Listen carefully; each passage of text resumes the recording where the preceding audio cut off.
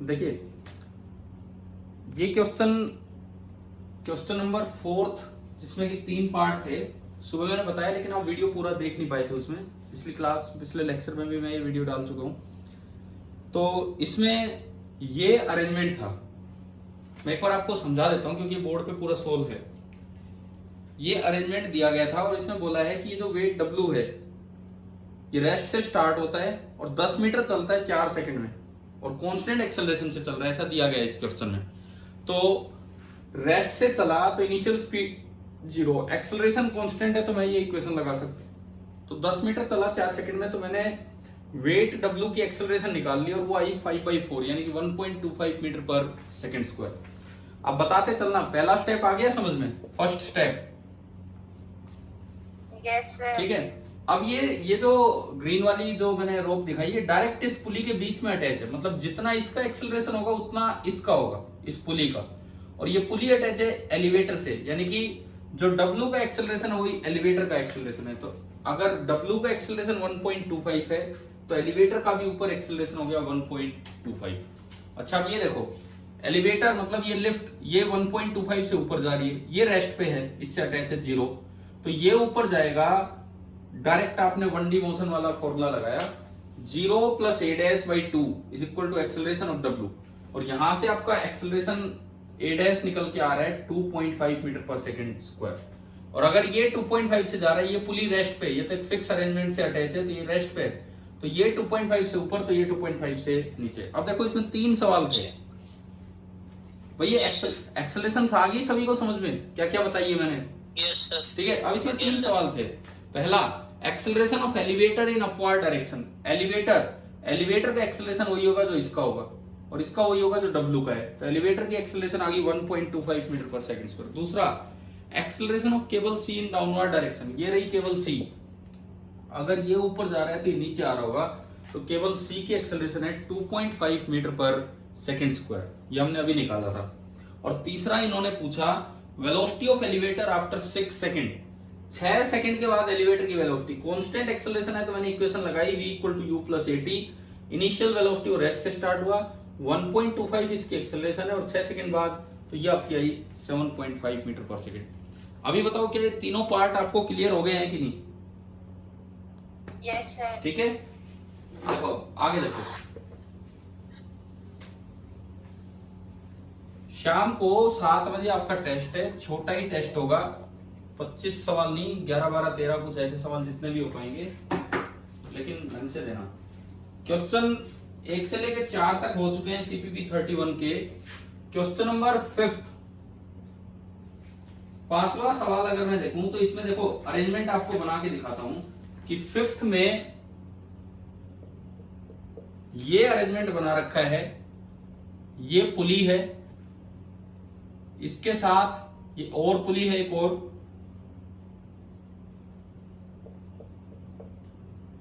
और यहां पे एक रोड अटैच है,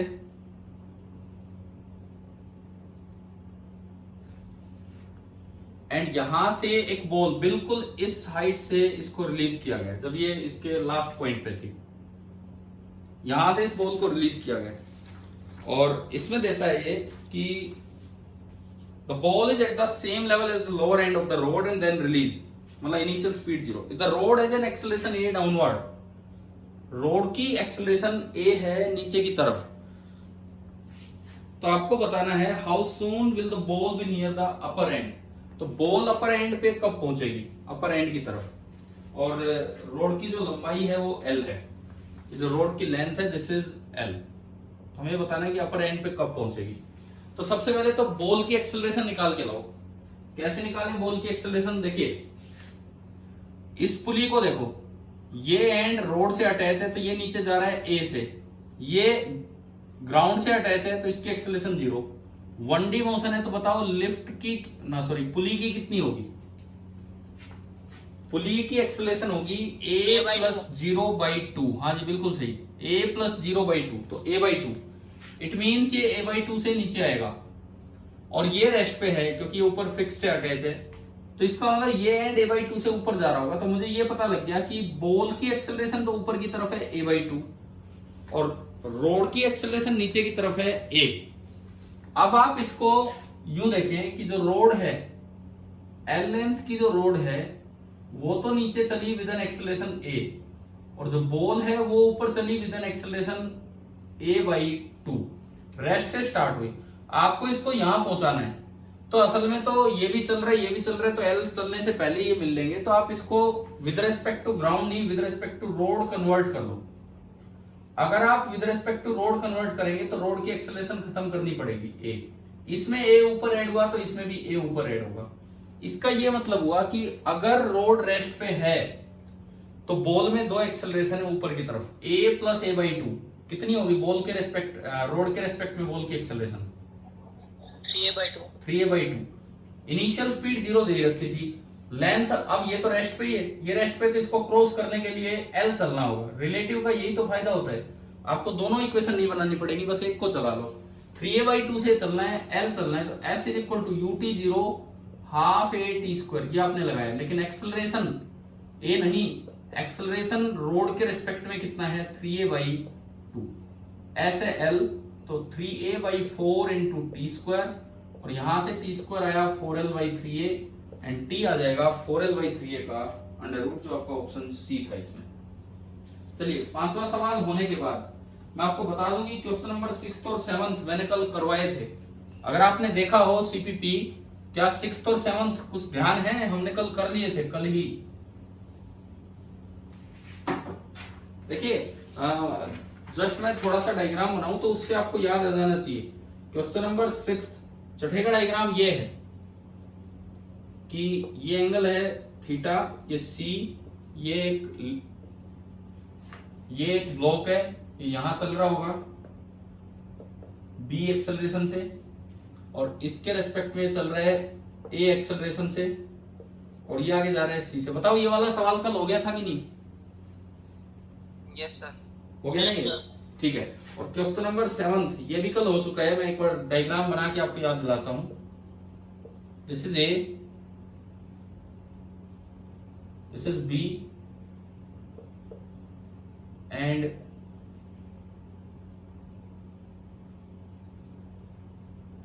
इस तरह का अरेंजमेंट था, और ये इससे अटैच था, और ये आगे जा रहा था वी से। तो एक ही पूछी थी स्पीड, हो चुका नहीं ये दोनों? ठीक है। 6th और 7th होने के बाद अब मैं आता हूं क्वेश्चन नंबर 8 पे। क्वेश्चन नंबर 8 देखो, प्योर कंस्ट्रेंट पे लिमिटेड ही क्वेश्चन बन पाते हैं, क्योंकि फिर न्यूटन्स लॉ इन्वॉल्व होने लग जाता है नहीं तो।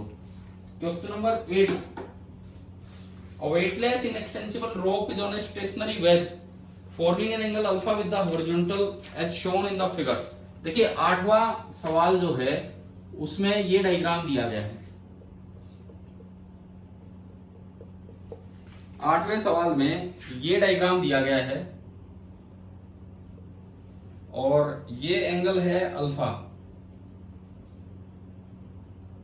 इस तरह का अरेंजमेंट है, ये पुली है, और इसके साथ एक बॉल अटैच है यहां, जिसको नाम दिया गया है बी। इस फिक्स पॉइंट को बोला गया है ए, और इन्होंने डायग्राम में ये लिखा रखा है कि ये वेज आगे जा रहा है ए एक्सेलरेशन से, वेज आगे जा रहा है ए एक्सेलरेशन से। तो आपको बताना है क्वेश्चन नंबर 8 में, determine the acceleration of the load. Load जो है, ये जो बॉल इस पे दिखा रखी है, इसका एक्सेलरेशन आपको बताना है अगर वेज आगे जा रहा है ए एक्सेलरेशन से। तो भाई ऐसे में ना सबसे पहले तो आप निकाल लो लेट एक्सेलरेशन ऑफ लोड, ये जो बॉल है with respect to wedge, wedge के रेस्पेक्ट में एक्सेलरेशन मान लीजिए ए डैश है। बॉल का एक्सेलरेशन वेज के रेस्पेक्ट में हमने माना ए डैश है, इस बॉल का एक्सेलरेशन वेज के रेस्पेक्ट में मैं मान के चल रहा हूं कि ए डैश है। तो अभी देखो, अगर आप वेज के रेस्पेक्ट में ए डैश मानते हो तो अप्रोच और सेपरेशन वाला कॉन्सेप्ट लगाना होगा, और कुछ नहीं।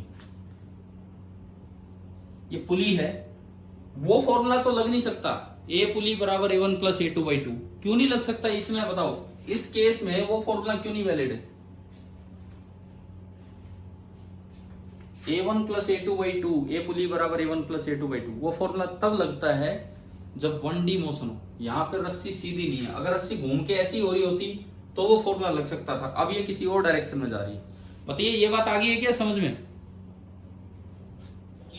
जब भी कभी किसी पुली के अराउंड रोप ऐसे हो, एक एंड यूं जा रहा हो, एक एंड यूं ऊपर या नीचे, और पुली भी इसी डायरेक्शन में, तब जाके फॉर्मूला लगता है। यहाँ क्या है, यहाँ तो कोई कहीं गया कोई कहीं गया, तो वो फॉर्मूला तो वैलिड है नहीं। तो आपको एक्सेलरेशन ऑफ अप्रोच और एक्सेलरेशन ऑफ सेपरेशन से देखना पड़ेगा। तो चलिए सबसे पहले मैं इस एंड को देखता हूं। ये एंड रेस्ट पे है कि मोशन में है बताओ? ये एंड रेस्ट। और पुली तो आगे जा रही है विद एन एक्सेलरेशन ए। तो ये एंड सेपरेट हो रहा है कि अप्रोच कर रहा है पुली को? सेपरेट हो रहा है। मैं इसको एंड 1 बोलता हूं। तो आप बताएं acceleration of separation of and 1 क्या होगी? Acceleration of separation of and 1 क्या होगी बताएं? ओनली ए। ये रेस्ट पे और वो ए से जा रहा है, तो एक्सेलरेशन ऑफ सेपरेशन ही हो गया। अब मैं दूसरे को देखूं, ये दूसरा एंड है, इसको मैंने बोल दिया and number 2 and this is and number 1। अब अगर मैं एंड नंबर 2 को दिखाऊं, तो एंड नंबर 2 की acceleration with respect to wedge कितनी मानी आपने? कितनी मानी है? A dash. तो वेज के रिस्पेक्ट में ऊपर जा रहा होगा ए डैश एक्सेलरेशन से। तो ये तो ए डैश से इधर जा रहा है, क्योंकि वेज के रिस्पेक्ट में तो इधर ही चलना है भाई, जैसे जैसे आगे जाएगा वेज के रिस्पेक्ट में ऊपर ही जाना है। अब ये बताओ वेज की एक्सेलरेशन कितनी है? वेज की एक्सेलरेशन मतलब पुली की? नहीं, ए नहीं है, क्योंकि ये ग्राउंड के रिस्पेक्ट में नहीं है। ये किसके रिस्पेक्ट में है? वेज के रिस्पेक्ट में। जब वेज के रिस्पेक्ट में आप लिख रहे हो तो इसका मतलब आप वेज को किस पे मान रहे हो? 0 रेस्ट पे। समझ गए हो ना? ये काम, हाँ ये काम पिछली क्लास में भी एक दो बार हो चुका है। जब वेज के रिस्पेक्ट में दिखते हो तो वेज की 0 माननी है। तो अब ये डायरेक्ट ही दिख रहा है। बताओ acceleration of approach of and 2 कितनी है? Acceleration of approach of and 2 कितनी होगी बोलिए? 0, ये ए डैश। तो acceleration of approach of and 2 आपका हो गया, एक मिनट अभी देखो, अभी आ रहा है क्लियर? Yes sir. ठीक है सुनिए, acceleration of approach of and 2 आपकी हो जाएगी ए डैश। और पुली का जो रूल है वो कहता है एक एंड की जो एक्सेलरेशन ऑफ सेपरेशन है दूसरे एंड की एक्सेलरेशन ऑफ अप्रोच होगी। तो मेरे पास एक इक्वेशन आ गई ए डैश इज इक्वल टू ए। आप बताएं क्या यहां तक समझ में आया? ठीक है। Yes, अब बताओ बॉल की लोड की नेट एक्सेलरेशन कैसे निकालूं? मुझे तो नेट एक्सेलरेशन चाहिए। ये तो वेज के रेस्पेक्ट में आई है। वेज के रेस्पेक्ट में ब्लॉक की या लोड की एक्सेलरेशन आ गई ए डैश। अब मैं नेट एक्सेलरेशन कैसे निकालूं? देखिए मुझे चाहिए acceleration of load with respect to ground, मतलब नेट एक्सेलरेशन ऑफ लोड। मैं ला चुका हूं acceleration of load with respect to wedge, ये मेरे पास आ चुका है। मुझे ये भी पता है कि एक्सेलरेशन ऑफ वेज क्या है, ये भी मुझे पता है। मैं ये चीज जानता हूं, मुझे ये निकालना है। क्या करें बताओ? Acceleration of load with respect to wedge है A dash, acceleration of wedge खुद है ए। ये कैसे निकालें acceleration of load with respect to ground? देखिए हम ये जानते हैं A12 का फॉर्मूला होता है A1 माइनस A2। तो acceleration of load with respect to wedge, मैं इसको लिख सकता हूं acceleration of load minus acceleration of wedge. बताओ ये आया ये फॉर्मूला समझ में? हाँ जी। तो यहां से एक्सेलरेशन ऑफ लोड मुझे निकालना है, तो this will be equal to acceleration of load with respect to wedge. उसमें वेक्टर सम कर दीजिए किसका? एक्सेलरेशन ऑफ वेज का। तो अब अगर मैं बात करूं acceleration of load with respect to wedge, तो वो तो ए डैश है इधर, और एक्सेलरेशन ऑफ वेज की बात करूं तो वो ए है आगे। तो आपको इन दोनों का वेक्टर सम करना होगा। तो अब देखो आखिरी स्टेप, जो नेट एक्सेलरेशन ऑफ लोड होगी वो क्या होगी? Acceleration of load with respect to wedge, वो तो ए डैश है इधर, इसमें ऐड कर दो एक्सेलरेशन ऑफ वेज ए इधर। और जो एंगल चाहिए तो भाई ये वेज का एंगल था अल्फा। तो जो नेट एक्सेलरेशन ऑफ लोड होगी वो इन दोनों का वेक्टर सम हो जाएगी, वो इन दोनों का वेक्टर सम होगी। और बाई चांस अभी आया था ए डैश बराबर ए है, तो जब दोनों इक्वल होंगे तो ये बिल्कुल बाइसेक्ट करते हुए आएगा बीचों बीच। कैसे निकालें? ये एंगल अल्फा तो ये भी अल्फा, ये अल्फा तो पूरा हो गया पाई माइनस अल्फा या 180 माइनस अल्फा। अब जब दो इक्वल मैग्नीट्यूड के वेक्टर होते हैं तो रिजल्टेंट क्या होता है बताओ? जब दो इक्वल मैग्नीट्यूड के वेक्टर होते हैं तो रिजल्टेंट एक्सेलरेशन ऑफ लोड का डायरेक्ट फॉर्मूला है twice into magnitude of either vector into cos of half the angle. और एंगल था 180 माइनस अल्फा और आपने कर दिया उसका आधा। बताओ भाई ये फॉर्मूला याद है वेक्टर एडिशन का? Yes sir. वैसे तो बड़ा फॉर्मूला होता है under root a square plus b square plus 2ab cos theta, परंतु अगर आप इक्वल मैग्नीट्यूड के वेक्टर रखते हैं तो twice into magnitude of one vector into cos of half angle. इसको थोड़ा आगे बढ़ाओगे 180 बाई 2 90, तो ये हो गया 90 minus alpha by 2। Cos of 90 minus something क्या होता है? Cos of 90 minus something sine theta. तो ये क्या बन गया? Acceleration of load 2a into sine of alpha by 2। अभी बताओ क्या ये कंस्ट्रेंट का क्वेश्चन क्लियर हुआ कि नहीं? सवाल नंबर 8। हाँ जी भाई बोलिए, कोई डाउट है इसमें, इस क्वेश्चन में? ये एक तरह से एक अच्छे सवालों की कैटेगरी में है, ये क्वेश्चन भी ढंग से आपको देखना चाहिए। उसके बाद क्वेश्चन नंबर 9 देखिए, सवाल नंबर 9 आप देखें। इन the arrangement shown, 9th question क्या था? रिलेटिव मोशन का एक यूज ही करवाया है और कुछ नहीं। ये एक पुली है डी, इस तरह से दिया गया है। यहां पे एक ब्लॉक अटैच है ए, यहां पे एक और पुली है, ये ब्लॉक है बी, ये ब्लॉक है सी और इसको नाम दिया गया ई। ये है और इसमें बोला है in the arrangement shown when the figure is released from rest, rest से जब इसको छोड़ा गया, downward acceleration of block B and C. भाई मान लो ए ऊपर जा रहा है, पहले तो ये मानो आप, बी नीचे आ रहा है, मैं इसकी एक्सेलरेशन a1 मान लेता हूं, इसकी a2, और मुझे पता है जब ये ऊपर जाएगा तो ये मैं पूरा नीचे मानूं, तो इसकी भी नीचे मानी मैंने a3, ये मान लिया। अगर ये a1 से ऊपर जा रहा है तो ये पुली भी a1 से नीचे आ रही होगी क्योंकि ये रेस्ट पे है। अब यहां पे मेरे पास 3 वेरिएबल हो गए, 3 वेरिएबल a1 a2 a3, तो मुझे 3 इक्वेशन चाहिए इसको सोल्व करने के लिए। अच्छा, 2 जानकारियां तो क्वेश्चन में दे रखी हैं, सुने। Acceleration of block B relative to A is 5। B की एक्सेलरेशन ए के रेस्पेक्ट में 5 है। बताओ तो क्या इक्वेशन बनी a1 और a2? बी की एक्सेलरेशन ए के रेस्पेक्ट में 5 मीटर पर सेकंड स्क्वायर है। बताइए क्या इक्वेशन बनी, इसको देख के बताओ। ए के रेस्पेक्ट का मतलब कि अगर ए रेस्ट पे होता तो ए की एक्सेलरेशन खत्म करो, ए की खत्म तो इसमें भी वो ऐड करना पड़ेगा अपोजिट डायरेक्शन में। तो बताओ ये कितनी होगी? a1 plus a2। हाँ, तो मेरे पास पहली इक्वेशन आई इन 3 वेरिएबल्स में a1 plus a2 is equal to 5। Question में ये लिखता है उसके बाद कि acceleration of c relative to a is 3। c की a के रेस्पेक्ट में, वैसे तो a3 है ग्राउंड के रेस्पेक्ट में, लेकिन जब a1 रोका तो इसमें भी अपोजिट डायरेक्शन यही ऐड होगा। तो ये बताओ क्या बनी? अगर acceleration of c relative to a is 3 तो क्या इक्वेशन बनेगी? a3 plus a1। हाँ, a1 plus a3 is 3, equation number 2। लेकिन फिर वही बात है, कंस्ट्रेंट यही तो काम आता है। वेरिएबल 3, इक्वेशन 2, तो हमें एक और इक्वेशन चाहिए। तो एक और इक्वेशन बताओ इस पुली को देख के क्या बनेगी। अब मैं ग्राउंड के रिस्पेक्ट में देखूं सब कुछ, इनको हटाऊं। अब बताओ एक और तीसरी इक्वेशन क्या बनेगी?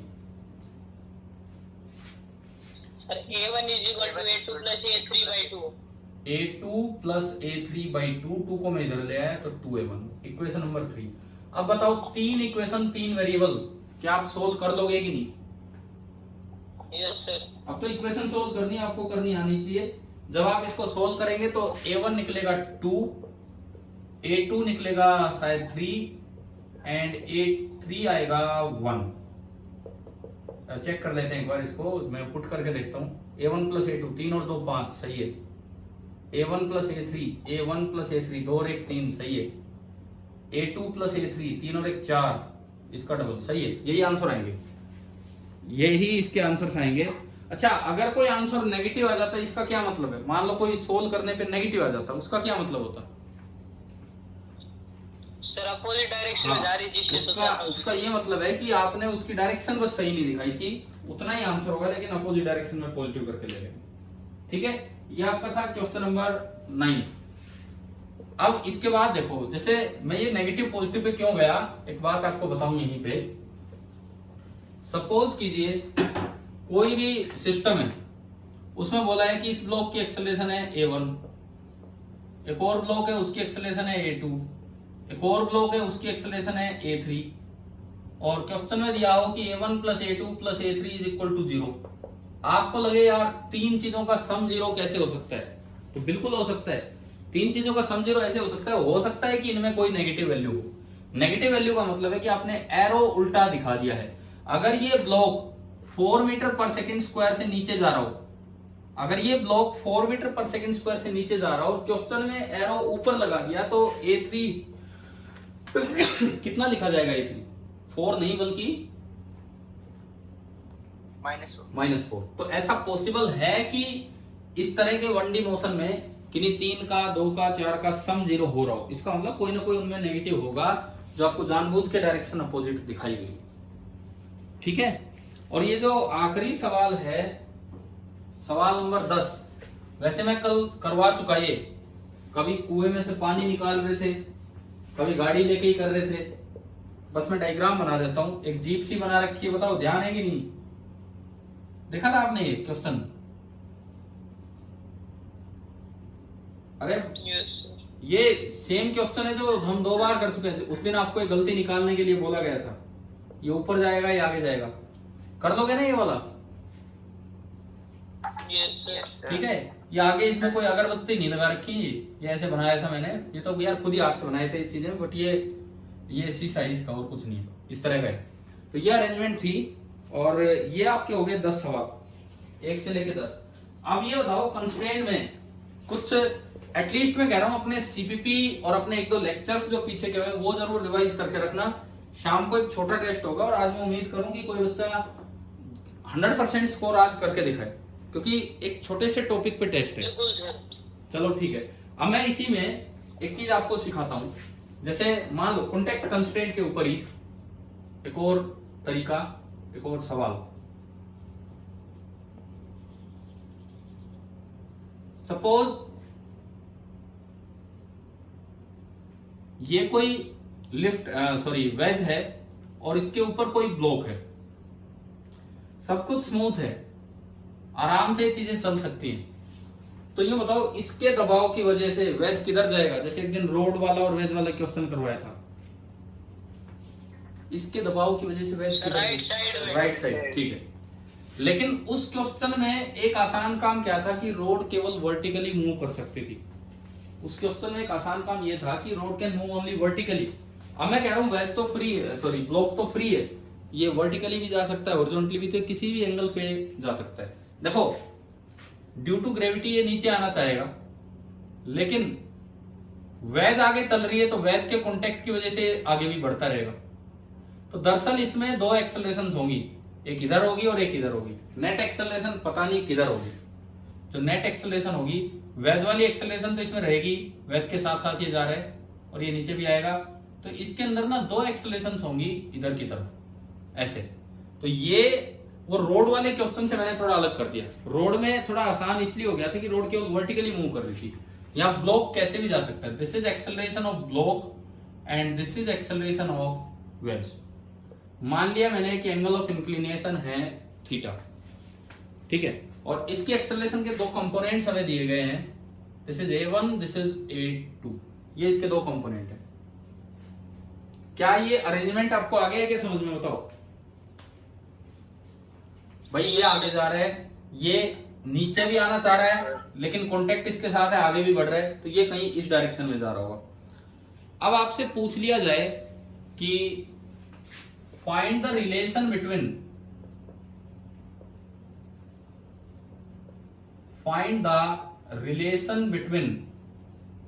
A1 A2 and AW।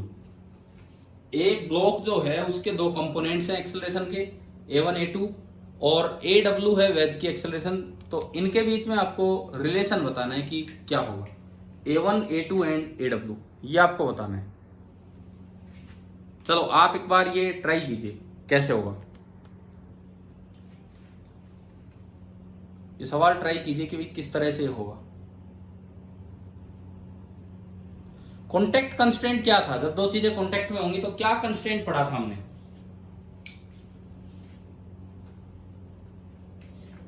बताओ एक बार, कॉन्टेक्ट कंस्ट्रेंट के रूप में पढ़ा क्या था हमने?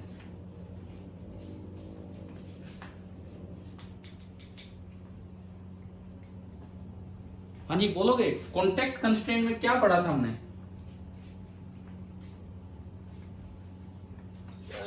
रोड और वेज वाला पढ़ा था ना, तो उसमें रूल क्या पढ़ा था? क्या रूल पढ़ा था? एक तो ज्योमेट्री से जाएंगे वो तो बड़ा बनता है। रूल ये पढ़ा था कि जो कॉन्टेक्ट सरफेस, VW। ना सुनो, नहीं, जो रूल था वो ये था कि जो कॉन्टेक्ट सरफेस है, जो कॉन्टेक्ट सरफेस है उसके परपेंडिकुलर डायरेक्शन में दोनों की एक्सेलरेशंस, जो कॉन्टेक्ट सरफेस है उसके परपेंडिकुलर डायरेक्शन में दोनों की एक्सेलरेशन हमेशा सेम होती है। क्लियर है? तो देखो कॉन्टेक्ट सरफेस ये है, कॉन्टेक्ट सरफेस ये है, तो मैंने एक उसकी परपेंडिकुलर डायरेक्शन बनाई, ये होगी कॉन्टेक्ट सरफेस के परपेंडिकुलर डायरेक्शन, कॉन्टेक्ट सरफेस के परपेंडिकुलर डायरेक्शन। अब इस डायरेक्शन में दोनों की एक्सेलरेशन सेम होगी, ब्लॉक की एक्सेलरेशन भी और वेज की एक्सेलरेशन भी। बताओ ये रूल इस तरह से पढ़ाया था कि नहीं? वेज वाला क्वेश्चन, हमें वेज वाला क्वेश्चन नहीं रटना, हमने उसमें सीखा क्या, रूल क्या लगाया वो देखना है। तो कॉन्टेक्ट सरफेस के परपेंडिकुलर डायरेक्शन में दोनों की एक्सेलरेशन सेम होगी। तो ये देखो आप, सबसे पहले मैंने एक बार यही डायग्राम बनाया वेज के लिए, शायद आपको याद हो मैंने रोड वाले उस क्वेश्चन में भी 2 बार बनाए थे डायग्राम। ये परपेंडिकुलर डायरेक्शन है और ये कॉन्टेक्ट सरफेस है। एक बार मैं डायग्राम बना रहा हूं फॉर वेज, अगेन ये कॉन्टेक्ट सरफेस है और ये उसकी परपेंडिकुलर डायरेक्शन है। एक बार मैं डायग्राम बना रहा हूं फॉर ब्लॉक। उस रोड वेज वाले क्वेश्चन में भी वेज आगे जा रहा था, इस सवाल में भी वेज आगे जा रहा है, तो हमने माना कि वेज आगे की तरफ जा रहा है विद एन एक्सेलरेशन AW। ये एंगल है थीटा, तो ये एंगल भी थीटा होगा। मुझे किधर कंपोनेंट चाहिए, कॉन्टेक्ट सरफेस के अलोंग या परपेंडिकुलर?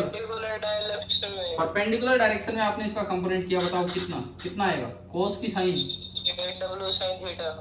AW साइन थीटा, ठीक है। अब वेज वाले में आसान काम क्या था? वेज वाले में आसान काम ये था कि उसमें वेज केवल नीचे आ रही थी। यहाँ ब्लॉक में 2 कंपोनेंट्स हैं एक्सेलरेशन के, यहाँ ब्लॉक में 2 कंपोनेंट्स हैं, एक तो A1 आगे है और एक A2 नीचे है। मुझे नेट नहीं पता, नेट पता नहीं किधर है एक्सेलरेशन ऑफ ब्लॉक, लेकिन मुझे एक चीज चाहिए, मुझे नेट एक्सेलरेशन नहीं चाहिए, मुझे ब्लॉक की एक्सेलरेशन चाहिए अलोंग परपेंडिकुलर डायरेक्शन। तो आप एक काम कीजिए, नेट एक्सेलरेशन निकाल के फिर कंपोनेंट करो। एक तो ये तरीका हो कि भाई ये एंगल निकालो अल्फा, नेट एक्सेलरेशन निकालो फिर कंपोनेंट करो। दूसरा तरीका, जो 2 कंपोनेंट्स दे रखे हैं उनके कंपोनेंट कर लो, वो आसान है। कैसे? भाई ये एंगल थीटा, ये एंगल आपको थीटा दिया गया है, देखो ये एंगल नीचे थीटा है, तो ये एंगल भी थीटा होगा। आपने A1 का कंपोनेंट किया, A1 का कंपोनेंट किया, तो ये इधर तो छोड़ो, वो कंपोनेंट काम का नहीं है। ये कंपोनेंट क्या बनेगा? ये इतना इस साइड आएगा, A1 साइन थीटा। अच्छा फिर A2, ये थीटा, ये 90, तो ये 90 माइनस थीटा, तो अगेन ये थीटा। तो अब बताओ A2 का कंपोनेंट क्या बनेगा? ये नीचे की तरफ परपेंडिकुलर डायरेक्शन में A2 कोस थीटा। तो जो एक्सेलरेशन ऑफ ब्लॉक आई इधर परपेंडिकुलर डायरेक्शन में, वो आ रही है A1 sin theta plus A2 cos theta. ये आई A1 sin theta plus A2 cos theta. और एक्सेलरेशन ऑफ वेज वो इधर कितनी है, AW sin थीटा। तो बताओ क्या है हमारी इक्वेशन, क्या बनेगी, रूल क्या कहता है ये बताओ। AW sin theta is equal to AW sin theta is equal to A1 sin theta plus A2 A1 sin theta cos plus theta. A2 cos theta। ठीक है, अगर आपको ए बी पता होता, अगर आपको A1 A2 की बजाय ए बी पता होता और अल्फा पता होता तो आप ए बी का डायरेक्ट इधर कंपोनेंट कर देते, और ए बी का डायरेक्ट इधर कंपोनेंट क्या आता, ए बी कोस अल्फा। ठीक है, तो फिर इक्वेशन बन जाती AW sin theta is equal to A block cos alpha. लेकिन ना तो मुझे नेट ए ब्लॉक पता ना अल्फा पता, तो अगर ऐसे टुकड़े दे रखे हो तो इस तरह से आप अपनी इक्वेशन बना सकते हैं। आप बताओ ये आ गया कि नहीं आया समझ में। Yes sir. ठीक है, और जरूरी नहीं है कि इसको छोड़ दिया जाए और ये इधर ही मूव करे। हो सकता है इसको धक्का मारा जा रहा हो सकता है वेज को धक्का मारा जाए। आप बताओ अगर मैं वेज को धक्का मारूंगा तो ब्लॉक ऊपर चढ़ेगा कि नीचे उतरेगा, बताओ। नीचे नहीं उतरेगा। अगर आप वेज को जोर से धक्का मारेंगे, आप अगर वेज को धक्का मारेंगे तो ये ब्लॉक अपने आप ऊपर चढ़ेगा इस पे। ये ऑब्जर्व किया है कि नहीं इस तरह की चीजें कभी भी। देखो आप बस में खड़े हो, बस एकदम से आगे एक्सेलरेट करे तो आप आगे जाते हो, पीछे की तरफ आपको क्या महसूस होता है, बस एकदम से आगे एक्सेलरेट करे तो हाँ, तो ऐसा ही यहाँ होगा। जैसे ही वेज को धक्का मारोगे ब्लॉक ऊपर चढ़ेगा। तो जरूरी नहीं है कि इस क्वेश्चन में वेज इधर ही जाए। इन केस अगर ऐसा दिया हो कि वेज इधर गया तो ब्लॉक के दो कंपोनेंट इधर और ऊपर हो सकते हैं, फिर भी आपको ये टुकड़े करने आने चाहिए। कर लोगे इस तरह से, बताओ। ठीक है, अगर वेज इधर जाए, अगर वेज इधर जाए, अगर मान लो वेज इधर जा रहा होता तो ये थीटा, अब AW sin थीटा नीचे ना होके AW sin थीटा किधर बनता, ऊपर की तरफ। अगर वेज इधर आ रहा होता तो अब AW sin थीटा ऊपर बनता। तो इसके लिए दो कंपोनेंट नीचे ना होके ऊपर की तरफ जाते। कैसे जाते सुनिए, अगर आपने वेज को इधर धक्का मारा होता तो ये कुछ ऐसे मूव करता, कुछ इसमें पार्ट ऊपर होता, कुछ इधर होता। अब कर लेते आप टुकड़े, एक इसका कंपोनेंट एक इसका कंपोनेंट, और दोनों को ऐड कर देते। आ रहा है क्या समझ में। ठीक है, और इन केस अगर इस देखिए मैं ये कह रहा हूं जरूरी नहीं है कि वेज उधर ही जाए।